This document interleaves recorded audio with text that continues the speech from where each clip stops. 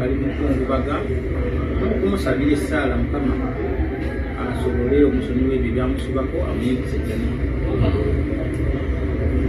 Sseggirinya abeeno bamumanyi mu ghetto ab'omu kibuga ate ab'e Netherland mu Amsterdam naddala mumumanyi mutya? Sseggirinya abadde representative wa bannayuganda wano abawangalira ebweru, abadde representative wa bannayuganda abali mu Europe, abadde representative wa bannayuganda abali mu America, Canada, naye okusinga ennyo ne banninaffe abali ebuwalabu be bayinza okuyita bakadaama kubanga abadde nga ambasada waabwe. Ekizibu ekikudde Kadaama kiba kikudde ku Sseggirinya, era bangi nnyo abalwalirayo, abafiirayo, abaafulirayo ebizibu munda Sseggirinya yalwananga nnyo nga Kadaama waba agwadde agenda mu ddwaliro, Kadaama waba afudde akomezebwawo, Kadaama nga abalina ekizibu kyonna kyonna ekimuguma nga kizibu nnyo gamba nti gavumenti nyamba, wabula bagamba nga kulaliko Sseggirinya vaayo nyambe. Kale yali yafuga Land Ambassador wa buli muntu kumpi ali mu diaspora atali wano.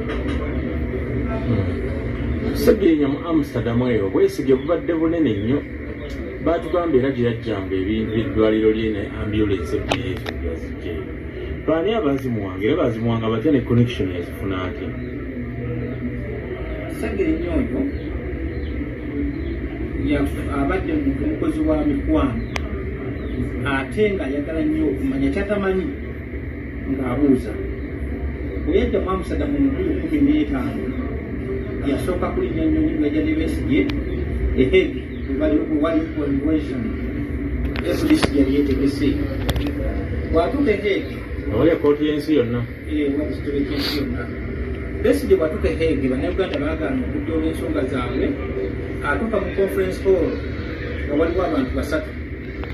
Kati Sseggirinya abuuza lwaki abantu tebazze. Omuntu omu n'amugamba nti Ssekagiku nze yaganya abantu okujja.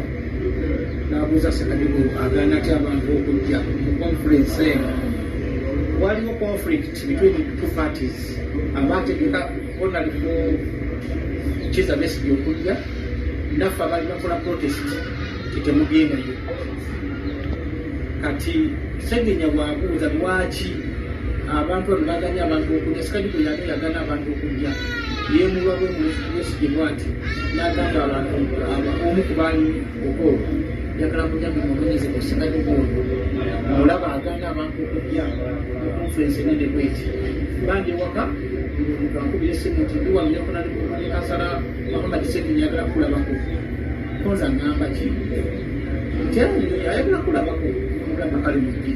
Sseggirinya yamalako ebyewungula bwe yatuuka nagamba munange tubadde mukolo baategese obutebe 10 tubaddeyo abantu 3. Nziye Besigye actually banaye Besigye kansana olowooza Rashida ne Elias Lukwago be baali baze mu conference eyo. N'abuuza naye lwaki wagamya abantu okujja n'osaza Besigye okutuuka mu kimu. Yakugamba nze naaze omusiwana Besigye naye abategese conference eyo baagamba ku radio yaabwe nti Ssekagiku tali invited. Jjukira nze nali mukulembeze wa bannayuganda eyo olwedde. Kati nze nenkuga abantu bange neŋŋamba abategese conference tebampa kitiibwa temugendayo. Kati Sseggirinya nkubanga naŋŋamba kati ekizibu ekikyekirina kiikino. Besigye yansabidde visa okujja era ebyo gwasooka okulinnya mu Amsterdam, naye kanso ya KCCA yampadde facilitation yonna, hotel booking, allowance n'ebintu.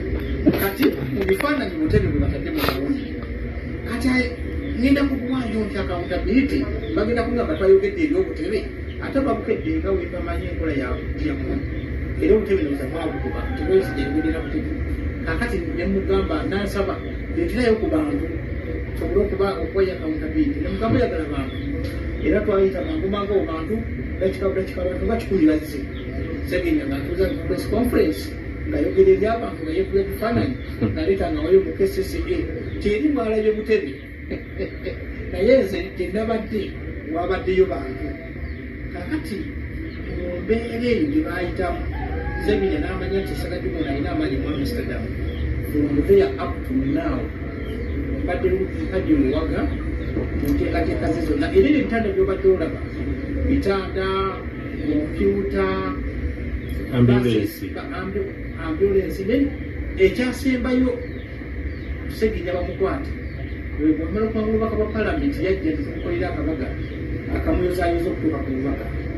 Kakati abagabi bafe ab'obuyambi ne basoboka nnyo nti from councillorship kati afuuse member of parliament ne bakkiriza okumuwa baasi ezikoze kazireeti zikole mu Kawempe. Era mujjukira yeewanda nnyo nti luli mubadde mugamba ddwaliro kati genda kweta baasi ezigenda okwetoola Kawempe North Constituency nga zitambuza abantu ku miwendo egya wansi. Ssegirinnya abyogeramu Amusadamu olwatuuka entebe wepa ne bamukama ne bamugamba nti obadde otta abantu e Masaka. Yaganda kukaaba bannange mbaddemu Amusadamu mugamba neggulo nasse ntate nga mbaddemu Amusadamu. Era bwe muba muddayo nga musobola okudda mu kavaliriza mwezi mabega mujja kulabako yava mu Amusadamu leero nti nebamukwata fe abali ku mukono ogwo era nze nagukulira. Kakati mukumpi mbadde paaka ku y'amaanyi nnyo mu success ya Ssegirinnya naddala wano mu kunoonya obuyambi.